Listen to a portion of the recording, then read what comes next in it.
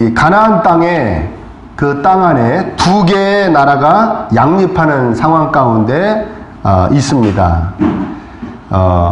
다윗과 유다 지파의 나라, 그리고 사울의 아들 이스보셋과 11개 지파의 나라, 두 개의 나라가 이렇게 양립하고 있는 것이죠. 당시에 근데 양국의 상태를 한마디로 이야기하는 구절이 있는데 바로 오늘 읽지는 않았지만 3장 1절의 말씀입니다. 제가 준비했거든요. 한번 같이 보겠습니다. 시작. 사울의 집과 다윗의 집 사이에 전쟁이 오래매 다윗의 집은 강하여 가고 사울의 집은 점점 약하여 가니라. 계속해서 다윗의 유다 지파가 강화해져 갑니다. 다윗 쪽이 이제 전쟁에 늘 이긴다는 얘기겠죠.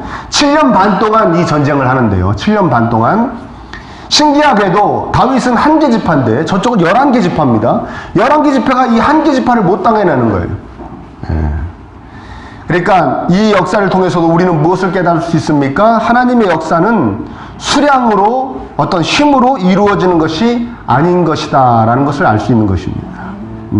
하나님께서 원하시는 대로 다윗이 전체 이스라엘의 왕이 되길 원하시기 때문에 하나님이 원하시는 대로 되어져 가고 하나님이 뜻하시는 대로 이루어져 가는 것입니다. 거기에 어떠한 수량도 어떠한 힘도 영향을 미칠 수가 없는 것입니다. 이렇게 하나님의 뜻대로 되어져 가는 역사 가운데 우리가 한 명의 사람을 오늘 살펴보기를 원합니다. 바로 사울의 아들 이스보셋을 11개 지파의 왕으로 세운 아브넬 총사령관, 그 11개 지파의 총사령관 아브넬 장군을 살펴보려고 합니다. 아브넬에게 한 가지 사건이 발생하게 됩니다. 그것은 뭐냐면 바로 그 먼저 죽은 사울, 그러니까 지금 11개 지파의 왕인 이스보셋의 아버지 사울의 첩이 있었는데 리스바라는 첩이 있었습니다. 근데 이 리스바라는 첩과 아브넬이 간통했다는 혐의를 받게 됩니다. 아브넬은 그 사울의 신하였지 않습니까? 이스보셋이 이렇게 얘기합니다. 네가 어찌 아버지의 첩과 통간하였느냐, 간통하였느냐, 이런 뜻입니다. 이것이 그냥 어찌 이런 불륜을 저질렀냐 뭐 이런 뜻으로 받아들일 수도 있겠지만 당시의 상황을 우리가 생각해 봤을 때 이건 엄청난 사건입니다. 만약 사실이라면. 왜냐하면 전쟁이 나서 어떤 나라의 정복자가 이 나라의 왕을 이제 정복해 가지고 이 나라의 피정복자가 되면은 첫 번째 하는 일이 뭐냐면 그 정복당한 왕의 왕비와 후궁들을 이 정복자의 왕이 다 범해버립니다. 자기의 첩으로 다 삼아버립니다. 그러니까 이거 뭐냐면 너는 나한테 졌다라는 표현입니다. 그리고 또 한 가지 이런 일이 벌어질 때가 언제냐면 쿠데타가 일어나가지고 왕조가 바뀔 때 그 전에 왕의 또 왕비들을, 후궁들을 그 쿠데타를 일으켜 새로운 왕이 된 사람이 또 다 범해버립니다. 그러니까 이스보셋이 하는 말이 아브넬에게 이렇게 들릴 수 있는 것입니다. 뭐라고 들리면 네가 왕이 되고 싶구나, 이렇게 들릴 수 있는 겁니다. 이해되십니까? 아브넬 총사령관, 네가 왕이 되고 싶구나, 네가 반역을 이제 드디어 꾀하기 시작하는구나 라고 들릴 수 있는 겁니다. 이 아브넬에게는. 그러자 아브넬이 뭐라고 이야기하냐면 8절에 이렇게 얘기합니다. 아브넬이 이스보셋의 말을 매우 분하게 여겨 이르되 내가 유다의 계머리냐, 내가 오늘 당신의 아버지 사울의 집과 그의 형제와 그의 친구에게 은혜를 베풀어 당신을 다윗의 손에 내주지 아니하였거늘 당신이 오늘 이 여인에게 관한 허물을 내게 돌리는도다. 아브넬이 펄쩍 뜁니다. 진실은 아무도 모르지만, 그렇지 않습니까? 이 리스바와 아브넬이 진짜 그랬는지 안 그랬는지는 아무도 모르지만 앞뒤 문맥을 봤을 때는 오해였던 것 같습니다. 아브넬이 그냥 억울하게 눈명을 쓴 것 같아요. 내가 유다의 개머리냐, 이게 무슨 말입니까? 나를 유다의 빌부터 사는 무슨 개대가리로 하는 거냐, 뭐 그런 겁니다. 뭐 다윗을 은근히 빗대어 얘기하는 것 같기도 하고, 유다 지파를, 이 11개 지파는 항상 뭐라고 얘기했겠습니까? 반역의 지파라고 얘기했으니까 내가 반역자냐, 그런 거죠. 그러면서 그동안 너네 아버지하고 의리를, 예정을 생각해서 내가 너도 왕으로 삼고 지켜주고 네 가족들 다 지켜주고 이 나라도 지켜줬는데 어디서 이상한 누명을, 이상한 여자가 방자에 행하고 다닌 것을 나한테 누명을 뒤집어 씌우느냐, 그 욕을 왜 나한테 입히느냐. 그리고선 이제 알았다. 두 발로 걷는 것들한테는 잘해줄 필요가 없다고 그랬는데 네가 딱 그 짝이구나. 내가 이제 다윗에게 다 넘겨버리겠다. 딱 그 선언을 해버립니다. 그랬더니 이스보셋은 그 말을 듣고 뭐라고 그랬다고 그럽니까? 어떻게 행동했다고 합니까? 11절에 이스보셋이 아브넬을 두려워하여 감히 한마디도 대답하지 못하니라. 정말 자신의 이름대로 놓은 겁니다. 이스보셋은. 이스보셋의 뜻이 뭐냐면 부끄러운 사람, 미련 곰탱이 뭐 이런 뜻입니다. 이름이. 그 부끄러움을 당하려고 제대로 미련을 떤 것이죠. 아브넬이 이미 왕이나 다름없는데 자신이 지금 아브넬한테 그런 말 할 때입니까? 실제로 그게 사실이라도 그런 말 할 때가 아니거든. 왜? 자기가 어떤 행동도 취할 수가 없지 않습니까? 실질적인 왕은 누구기 때문에? 아브넬이기 때문에. 아브넬에게 밑보이면 자신도 죽는 거예요. 얼마나 심이 없으면 14절에 다윗이 이런 제안을 합니다. 14절에 다윗이 사울의 아들 이스보셋에게 전령들을 보내 이르되 내 처 미가를 내게로 돌리라. 그는 내가 전에 블레셋 사람의 포피 100개로 나와 정원한 자니라 하니 그렇게 얘기했습니다. 이게 무슨 말입니까? 다윗이 사울의 신하였을 때 사울이 다윗을 죽여버리려고 너 내가 사위 삼고 싶은데 사위가 되려면은 가서 블레셋 땅에 가서 블레셋 사람들 100명 죽이고 그 증거물을 가지고 와 이렇게 한 적이 있습니다. 그러니까 다윗이 처음에는 내가 어떻게 왕의 사위가 됩니까? 저 같은 게 그러다가 사람들이 옆에서 자꾸 설득하니까 또 미가를 좀 사랑했나 봐요. 그러니까 그러면 100개 갖고 왔고는 안 되겠다. 200명 죽이고 갖고 와야 딴소리 못하겠다 그래가지고 200명을 죽여 갖고 와요. 200명을 죽이고 그 증거물을 가지고 와서 바치고 얻은 딸이 바로 이 미갈, 공주가 미갈입니다. 그러니까 다윗에게 조강지처예요. 근데 조강지처인데 다윗이 사울의 미움을 사서 도망 다닐 때 이 사울이 장인어른이 그 자기 부인을 발디엘이라는 다른 사람한테 시집 보내버립니다. 다윗이 그게 천천히 한이 돼요. 그러니까 저 아브넬에게 너가 나한테 조약 맺으러 올 때 미가를 데리고 와야 된다. 내 아내니까 내 아내 너희들이 뺏어갔으니 너네 사울이 뺏어갔으니까 너네 집안이 뺏어갔으니까 내 아내를 되돌려 달라. 그리고 이스보셋에게 연락을 보내는 거예요. 전령을 보내갖고 그 미가 다시 나한테 보내라. 내 부인 아니냐. 너 이스보셋한테 누이가 되겠죠. 위로 누이인지 아래로 아마 아래로 누이일 겁니다. 네 여동생 내 누이 내 아내 아니냐. 내 조강처니까 보내라. 이스보셋이 한마디도 못하고 아무나 아브넬한테 물어봤겠죠.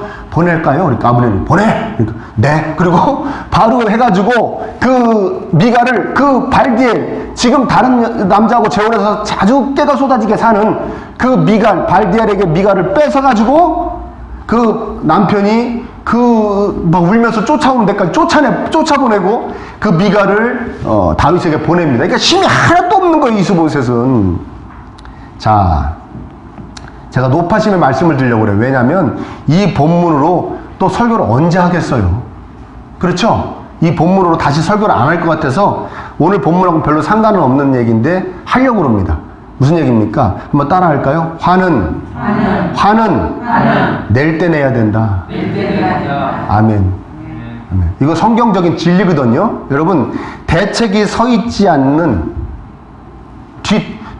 뒷수습이 되지 않는 감정적인 대응은 반드시 여러분의 삶에 좋지 않은 결과를 낳습니다. 이해되십니까?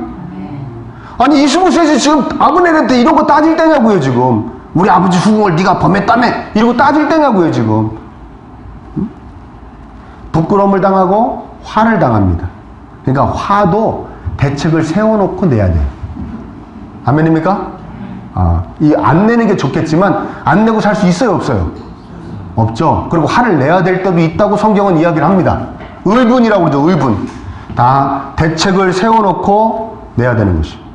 나중에 뭐 자세히 다른 본문으로 살펴보겠지만 다윗도 이런 비슷한 상황이 몇 번 있었습니다. 요압 장군이 완전히 반쿠데타 비슷하게 막 들이받은 하극상을 하고 막 명령을 불이행을 하고 명령을 막 왜곡되이 지키고 막 노골적으로 와가지고 다윗을 무시하고 그런 상황이 있었어요. 다윗도 그런 위대한 다윗 대왕이었지만 그 총사령관 요압이 군권을 쥐고 있으니까 막 들이받을 때가 있었거든요. 다윗 어떻게 하는지 아십니까? 가만히 있습니다. 아이고 약기는 또 엄청 약어요. 그리고 나중에 어떻게 하는지 아십니까? 요압 힘 다 빠졌을 때 아들 솔로몬 시켜갖고 죽여버리라고 그래요. 이해되세요? 그러니까 벌써 이스보셋은 다윗한테 안 되는 겁니다. 다윗은 하나님이 주시는 지혜가 있는 것이에요. 아멘? 대책에 서 있지 않는 감정적인 대응은 반드시 좋지 않은 결과를 낳는다. 외워두시기 바랍니다. 뭐가 서 있지 않는? 뒷대책이 서 있지 않는 감정적인 대응은 손해보게 한다.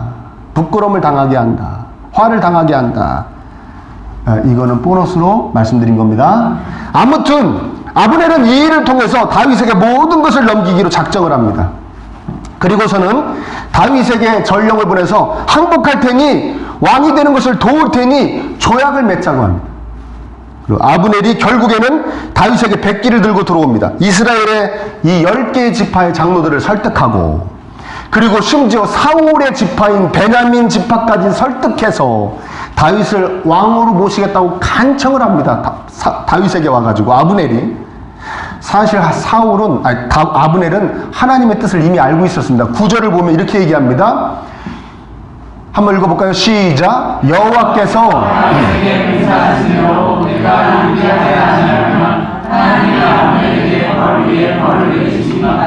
10절도 읽어봅니다. 그 맹세는 곧 이 나라를 사울의 집에서 다윗에게 옮겨서 내 왕위를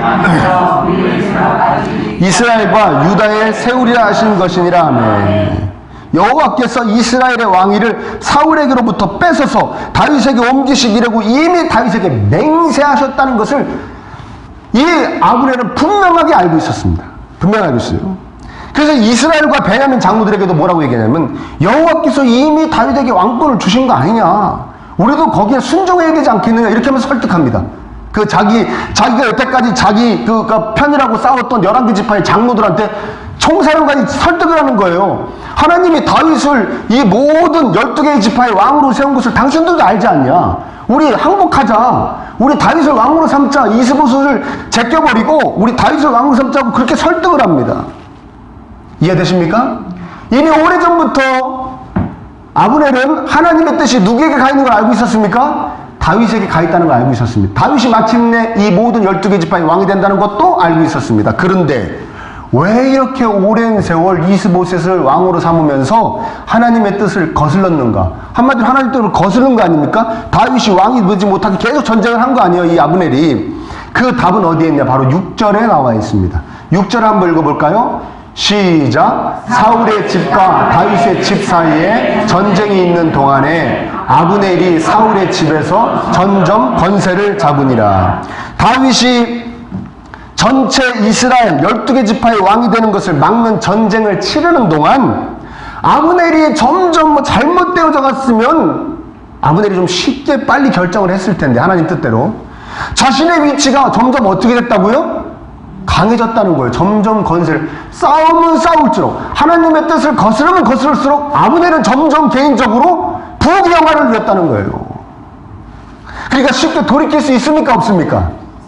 없죠. 여러분, 우리가 하나님의 뜻을 거스른다고요, 우리가 하나님의 기쁨을 위해 살지 않는다고 해서, 하나님께 집중하는 삶을 살지 않는다고 해서 막 잘못되고 그렇지만은 않습니다. 그렇죠? 증거가 뭡니까? 저하고 여러분들 꽤 잘 살고 있잖아요. 할렐루야. 그렇죠? 저하고 여러분들 꽤 잘 살고 있잖아요. 네. 그렇다고 무시하는 건 아니니까. 아브넬이 점점 권세를 잡는 것 같이 하나님의 뜻을 거슬러도, 하나님께 온전히 기쁨을 드리기 위해서 애를 쓰지 않는 삶을 살아도 잘 될 수 있습니다. 경제적으로 풍요로워질 수도 있고요, 세상적인 성공을 거둘 수도 있고요, 건강해질 수도 있고요, 자녀들도 잘 크고 자녀들도 자신들의 앞가림을 잘 할 수 있습니다. 바로 이런 점이 우리를 헷갈리게 합니다. 좀 하나님의 뜻대로 안 살고 거스르고 하나님 기쁨을 위해서 집중하지 않는 삶을 살 때 좀 뭐가 좀 막 안 돼야 되는데, 그래야 좀 깨달을 텐데 그렇지 않을 때가 상당히 많다는 것이죠. 아브넬은 표면적으로 손해볼 것이 없죠. 왜? 점점 잘 되니까요. 그런데 아브넬을 항상 힘들게 하는 생각이 있었습니다. 그것은 뭐냐? 바로 이런 생각입니다. 한번 따라해 볼까요? 이게 아닌 것 같은데. 이러면 안 되는 것 같은데. 항상 찝찝합니다. 아브넬이 그런 생각을 했다는 것을 어떻게 하느냐? 압디몸에게 다 이야기해주고 있어요. 뭡니까? 2장에 소개된 저번에 지지난주에 그 설교했던 내용에서도 그 전투에서도 전면전을 하고 싶어 하지 않아요. 아브넬은. 야, 뭐하러 다 싸우냐? 뭐 다 싸우냐?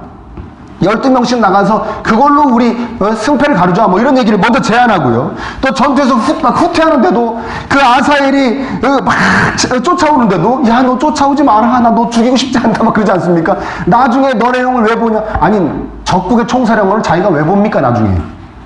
어? 그 마음속에 항상 무슨 마음이 있는 거예요? 이거 아닌데, 이거 다 다윗왕 거 되는데, 내가 지금 다윗왕 왕 되는 거 막으면 안 되는데, 이게 안 들어. 찝찝했던 거예요.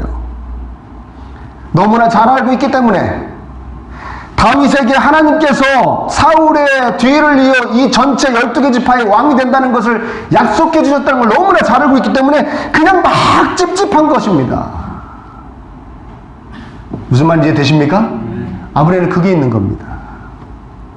그러니까 우리가 성공 가운데 있어도요, 풍요로움 가운데, 형통한 가운데 있어도요, 하나님을 거스름, 하나님의 기쁨을 위해서 온전히 살지 않는 모습으로 살아갈 때 우리에게 딱 중심에 자리 잡고 있는 감정 뭡니까? 찝찝함입니다. 여러분들은 절대 갖고 있지 않는 감정, 찝찝함. 그런데 이게 참 성경은요, 너무 읽으면 재미있어요. 뭐냐면 이런 아브넬에게 한 방 먹이는 사람이 나옵니다. 그 누구냐면 바로 다윗입니다. 자, 11개 지파가 당신을 왕으로 삼기로 하겠소. 아브넬이 요청을 합니다. 당신을 12개 지파의 왕이, 이제 진짜 전체 이스라엘의 왕이 되게 하고 싶습니다. 다윗 왕이여, 우리하고 조약을 맺읍시다. 협정을 맺읍시다. 그러니까 다윗이 뭐라고 그러냐? 딱 한 가지 요구를 합니다. 그게 뭐냐? 내 조강지처 미가를 보내라. 아무 다른 조건을 내지 않습니다. 저는 이 부분에 왜 이런 이야기가 나오는가, 사실 이 이야기는 사실 나중에 슬쩍 얘기해도 되거든요. 다윗이 조왕지처인 미갈도 찾더라 뭐 이렇게 얘기하면 되는데, 꽤 자세하게 여기 소개되고 있습니다. 미갈이 다시 재혼시켰던 발디엘과 살았던 이야기, 그 다음에 미갈을 뺏어오니까 발디엘이 울면서 그 아주 근경까지, 이스보셋에 살고 있는 근경까지 쫓아온 것까지, 그래서 아브넬이 쫓아낸 것까지 막 자세하게 소개되고 있는 이 이야기를 왜 여기다 이렇게 자세하게 언급하셨을까? 물론 역사적 사실이니까 다 맞겠죠. 근데 너무나도 이 엄청난, 이 한 나라와 나라가 합병되어지는 이 상황에 너무 어울리지 않는 이야기가 소개되고 있는 거예요. 아브넬이 아마도 깜짝 놀랐을 겁니다. 다윗에게. 아니, 뭐 이런 게 다 있나 그랬을 겁니다. 왜? 물론 다윗의 입장에서는요, 자신의 치욕거리 아니겠습니까? 자신의 조강지처를 뺏겨가지고 다른 남자의 지금 아내가 되었다는 건 두고두고 자신이 찝찝했을 거예요. 이 사람도, 다윗도. 그래, 치욕거리를 없애겠다는 의미였다고 해석하는 사람도 있지만, 그러나 저는 그렇게 생각하지 않습니다. 왜냐하면 미갈을 데리러 와서 자기의 왕비로 극진하게 대접을 해줍니다. 다윗은 그저 간단한 것입니다. 이렇게 생각하는 겁니다. 내 뺏긴 아내 내가 다시 찾아야겠다. 이해되십니까? 아브넬은 기가 막힌 거예요. 다윗의 이 이야기를 듣고 기가 막힌 거예요. 왜?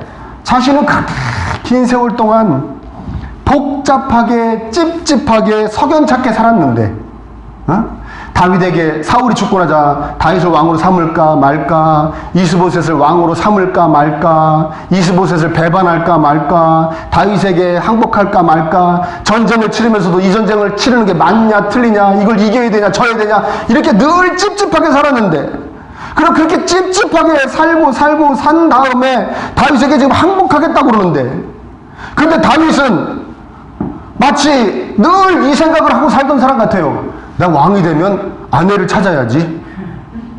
단순해 보입니까? 안 단순해 보입니까? 아브넬이 봤을 때는 이게 사람 같지 않아 보이는 거예요. 이해되십니까? 무슨 얘기인지? 자신은 복잡하게 살았는데, 이 사람은 그 왕이, 이제 12개 지파의 왕이 되게 해준다는데 조건이 딱 하나예요. 내 빼앗겼던 아내 다시 내놔. 그거 하나예요. 얼마나 아브넬이 봤을 때는 정말 간단한 사람입니까? 단순 명료한 사람입니까? 무슨 말인지 이해되십니까? 무슨 말 이해되시고 들으시는 거예요? 예. 아브넬은 어이가 없는 거죠. 뭐 이런 게 다 있나. 그러면서 아브넬은 느꼈을 겁니다. 아, 하나님의 뜻 안에 있는 사람의 삶이 바로 저런 모습이구나. 단순하구나. 명료하구나. 아멘? 그렇죠. 나는 이렇게 긴 세월을 7년 반을 찝찝하게 살았는데, 석연찮게 살았는데, 저 사람은 저렇게 단순하게 살았구나. 그냥 12개 지파의 왕이 되면 아내를 찾아야지. 그렇게 살았구나. 응? 야, 대단하다. 여러분, 심령은 단순한 게 좋은 겁니다. 여러분의 심령은 단순하게 좋은 거라고요. 여러분의 심령이 단순해진 거를 뭐라 그런다? 평안하다 그런 거예요. 아멘? 복잡한 것은, 심령이 복잡한 것은 하나님이 허락하시는 심령이 아닙니다. 따라서 막 혼란스럽고 복잡하고 그럴 때는 여러분의 삶을 살펴보시기를 축원합니다. 반드시 여러분의 흥망성쇠와 상관없이 하나님을 거스르고 있을 겁니다. 하나님을 기쁘시게 하는 삶을 살고 있지 않을 것입니다. 아멘? 이해되십니까? 내가 무슨 일을 하는데 잘 돼요. 근데 마음은 찝찝해. 복잡해. 그거 아니에요. 이해되십니까? 내가 누구와의 그 만남을 갖고 있는데, 관계를 갖고 있는데, 이 사람 참 좋은 사람인 것 같은데, 마음이 찝찝해. 복잡해. 그거 아니에요. 살펴보십시오. 이해되십니까? 어떤 길을 걸을 때, 무슨 일을 선택할 때, 다 마찬가지입니다. 마음이, 하나님 주시는 마음은 평안한 마음입니다. 아멘? 그럼에도 불구하고 굳이 그 석연찮고 찝찝한 가운데 그래도 자신의 주장을 굽히지 않고 하나님의 뜻을 거스르고 하나님께 기쁨 드리는 삶을 살지 않는 모습을 계속 취한다고 생각하시는 분들, 그렇게 살겠다고 맹세하시는 분들에게 하나님이 특별 처방을 내리시는 것이 있는데, 그것이 바로 뭐냐? 바로 그 세상에게 한 방 먹게 하십니다. 아멘? 그 세상에게 한 방을 먹게 하신다고요. 이스보셋이 아브넬에게 뭐라고 그럽니까? 이스보셋은 아브넬이 은인 중에 은인이에요. 왜? 그냥 사울의 집 다 죽고 다 망해가지고 이제 다윗에게 그냥 다 뺏기는 판에 이 아브넬이 딱 서가지고 이스보셋을 왕으로 세워줘. 어떻게든 11개 지파의 왕이 됐지 않습니까? 자기 자녀들은 다 왕자와 공주가 된 거 아닙니까? 근데 이스보셋이 오해를 하죠. 아브넬에게 뭐라고 그럽니까? 너도 반역을 하려고 그러는구나. 그래가지고 통간자로 혐의를 씌워버리는 거 아닙니까? 아브넬이 얼마나 원통하겠습니까? 아브넬이 원통하죠. 이 일도 하나님께서 사용하셔서 이제 다윗이 온 이스라엘의 왕이 되는 길이 활짝 열리게 됩니다. 그런데 한 나라의 왕권이 왔다 갔다 하는 일의 원인치고는 참으로 별 볼 일 없는 것이죠. 뭐 큰 내란도 아니고 전쟁의 뭐 결과물도 아니고 이거 아닙니까? 너 별 안 폈지? 안 폈다. 그거 아닙니까? 아멘? 이해되세요? 여러분, 그게 하나님이 쓰시는 많은 역사 가운데 하나입니다. 역사적으로도 보면요, 정권이 바뀌는 것도, 왕권이 바뀌는 것도, 나라 간의 전쟁도 다 이렇게 작은 것에서부터 시작합니다. 여러분의 그 신앙의 모습의 변화도 작은 것에서부터 시작되시기를 간절히 축복합니다. 하나님이 사인을 여러분에게 딱 주십니다. 무슨 사인을 주시냐? 여러분들이 하나님의 뜻을 거스르고 하나님 외에 집착했던 것에게 뒤통수를 맞게 하십니다. 지금 아브넬도 그런 거 아닙니까? 아브넬도 분명히 알고 있었어요. 다윗이 12개 지파의 왕이 된다는 걸 분명히 알면서도 그것을 거스르고 이스보셋에게 집중했습니다. 자기의 뜻에 집중했습니다. 근데 거기서 바로 뒤통수를 맞은 겁니다. 누구에게 맞았습니까? 이스보셋에게 맞았죠. 여러분의 삶에도 이런 일이 일어나는 것입니다. 여러분의 삶 가운데 한마디로 억울한 일을 당하고, 분통한 일을 당하고, 누명을 쓰고, 배신을 당하고, 하나님 뜻 반대쪽에서 그런 일을 당하게 됩니다. 아멘? 그러니까 그런 일 당하는 게 복입니까? 아닙니까? 복이에요. 하나님의 알람입니다. 하나님이 종을 여러분 머릿속에 땡 쳐주시는 겁니다. 정신 차려. 땡. 아멘? 그런 배신을 당하고 억울함을 당하고 누명을 뒤집어 쓰고 그게 하나님 종쳐 주시는 거예요. 이해되십니까? 그러니까 잘 그런 일을 살펴보시기 바랍니다. 대충 비비고 살지 마십시오. 대충 그냥 뭉개고 살지 마십시오. 세상에서 억울한 일을 당하고 누명을 쓰고 세상에서 배신을 당하고 세상에서 뒤통수를 맞으셨다면 그때 깨달으시기를 축원합니다. 아, 하나님이 나 돌아오라고 그러시는구나. 아브넬은 돌이켰습니다. 아브넬은 그 알람을 들은 겁니다. 그래서 바로 뭐라 그럽니까? 내가 내 뜻대로 당신 이스보셋을 왕 삼아서 여태 하나님의 뜻을 거스른 것이 참으로 어리석은 일이오. 내가 이제 하나님 뜻에 순종하려고 하오. 나 이제 다윗에게 숙이고 들어가겠소. 다윗을 왕으로 모시겠소. 깨닫지 않습니까? 여러분에게도 그런 깨달음이 있기를 간절히 축원합니다. 네. 그렇죠. 그런데 이 아브넬이 마침내 이런 종소리를 듣고 알람소리를 듣고 하나님께로 돌아왔지만 참 모양은 안 나죠. 네? 자세 안 나옵니다. 일단 뭐로 몰렸습니까? 간통범으로 몰리고 반역 혐의도 받은 거고요. 이제 와서 장로들에게 11개 지파의 장로들에게 이제 다윗을 왕으로 삼읍시다. 그게 하나님의 뜻 아니겠습니까? 우리 순종합시다. 그러면 그 11개 지파의 장로들 중에 그 말을 그대로 고지고대로 믿을 사람이 있겠습니까? 없겠습니까? 없죠. 아유, 네가 이스보셋에게 배신당하고 간통 혐의로 몰려가지고 성질나서 이 짓을 하는구나. 그렇게 생각하겠죠. 아, 이 사람은 정말 하나님의 뜻을 따르려는 신실한 신앙인이구나고 생각하는 사람이 없을 겁니다. 모양이 안 나는 겁니다. 아름답지가 않은 것입니다. 억지로 하는 것 같은 모습이 돼서 누가 봐도 그 모습은 멋있어 보이지 않습니다. 주변의 사람들에게 좋은 영향력을 끼칠 수도 없습니다. 우리 엄마 아버지가 세상만 쫓다가 거기서 배신당하고 이제 와서 하나님께 돌아가는구나 하는 모습이 자녀들에게 도대체 무슨 선한 영향력이 되겠습니까? 에이구, 우리 엄마 아빠 한 대 맞더니 하나님께 가는구나. 뭐 그 정도겠죠. 아멘? 아, 뭐 이런 거 될까요? 맞기 전에 나는 가야지. 뭐 그런 걸까요? 아무튼 찝찝합니다. 모양새 안 나오는 것이죠. 그리고 이렇게 찝찝하게 할 수 없이 살아온 나날 속에 있었던 또 하나의 일 때문에 바로 요압하고 아사엘을 죽인 그 전쟁의 날 때문에 거기에 꼬투리 잡혀갖고 나중에는 요압에게 암살까지 당합니다. 그러니까 제가 여러분들에게 드리고 싶은 말씀은 이런 말씀입니다. 따라합니다. 진작에 그러지. 진작에 순종했으면 참 좋았을 텐데. 그렇지 않습니까?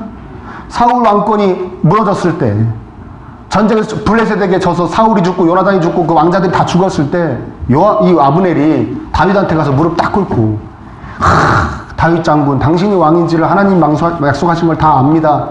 제가 전쟁에 진 장군이지만 저를 장군으로 받아주십시오. 그러면요 아브넬이 총사령관이에요. 그때부터 다윗에게. 요압이 총사령관이 아니고 얼마나 부귀영화를 누리고 높은 총사령관이 되어서 행복하게 다윗 왕국의 번영을 보며 함께 통치 나갔을 텐데 여러분 우리가 이걸 깨달았으면 좋겠습니다. 여러분 삶이 막 이렇게 저렇게 되어져 가는 것 같아도요 여러분 막 이렇게 살아도 되는 것 같고 저렇게 살아도 되는 것 같아도요 다 하나님의 뜻대로 되어져 갑니다. 아멘. 아멘? 그 하나님의 뜻을 거스르면요 본인만 힘들어지는 거예요. 찝찝함 속에 석연찮음 속에 살게 되는 거예요. 아멘? 그러니까 진정에 좀 진주게 우리가 왜 설교 들으면서 이 말씀 듣고 왜 우리 말씀 봅니까? 나가서 배신당하고 이스보셋에게 간통자라는 누명 쓰기 전에 말씀 보고 돌이키라는 거예요. 누구의 뜻 안으로? 하나님의 뜻 안으로. 그래서 설교도 듣는 것이고 그래서 말씀도 보는 거 아니겠습니까? 그래서 기도도 하는 거 아니겠습니까? 왜 우리가 살면서 뭐가 당해야 그때서 이거 아닌가 보다. 이거 뭐 나한테는 하나님밖에 없는가 보다. 그리고 돌이키냐 이거예요. 모양 빠지게, 모양 안 나게, 누구에게도 덕이 안 되게. 여러분 명심하십시오. 순종하면 하나님 기뻐하십니다. 아멘. 아멘? 그리고 사람 보기에도 순종하는 자가 멋있어 보입니다. 그리스도인은요 믿음 좋은 사람이 멋있어 보이는 거예요. 신앙인은요 뭐 옷 잘 입고 화장 잘하고 이쁘고 뭐 아니에요. 신앙인 눈에 신앙 좋은 사람이 제일 멋있어 보이는 겁니다. 그러니까 교회 오려면 멋을 내고 오지 마시고 신앙심 키워 오시길 바랍니다. 그래야 폼 나는 거예요. 할렐루야. 그래서 이렇게 다들 폼이 나 보이시는 거예요. 일주일 동안 기도 엄청 하고 오신 거예요. 맥체인 성경을 기뻤다는 말씀도 읽으시고. 여러분, 무엇보다 하나님 뜻에 순종하면요, 하나님 뜻에 따르려고 하나님께 기쁨 들려고 살아가면요, 본인이 기쁩니다. 다윗처럼 단순해집니다. 간단해집니다. 마음이 평안해집니다. 여러분, 어떤 연예인이 그런 얘기 하더라고요. 자기가 막 세상에서 막 뭔가 누리려고 막 그랬는데, 세상에서 자유라는 걸 느껴보려고 막 이 집도 해보고 저 집도 해보고 그랬는데, 그런 거 하는 게 진짜 자유가 아니라 하나님 안에 쏙 들어갔더니 진짜 평안이 찾아오고 자유가 찾아오더라고. 그 자유와 평안 여러분의 것이 되시기를 축복합니다. 그러려면 하나님 뜻 안으로 자꾸 들어오십시오. 자꾸 반대쪽으로 가지 마시고요. 하나님께 집중하십시오. 여러분과 여러분의 가정과 교회를 향하신 하나님의 뜻 반드시 이루어질 줄 믿습니다. 우리를 하나님 뜻 안에서 하나님 뜻대로 살게 하시려고 예수님께서 십자가에서 피를 흘리셨습니다. 그러니까 그 피 흘리심의 은혜가 너무나도 강력해서 여러분들이 이제 하나님의 뜻에 거슬러서 살기에는 여러분이 역부족입니다. 여러분이 여러분 스스로를 힘들게 할 수밖에 없습니다. 자꾸 거스르지 마시고 본인만 힘들게 되는, 주변 사람들에게도 덕이 안 되고 주변 사람들도 힘들어지게 하는 그런 거스름을 하지 마시고 찝찝하게 살지 마시고 하나님께로 빨리 돌아오시기를 축복합니다. 하나님이 종을 쳐주시기 전에, 하나님이 알람을 울려주시기 전에, 그 전에 돌아오시기를 축원합니다. 그래서 참된 평안을 누리시는 저와 여러분 되시기를 축복합니다.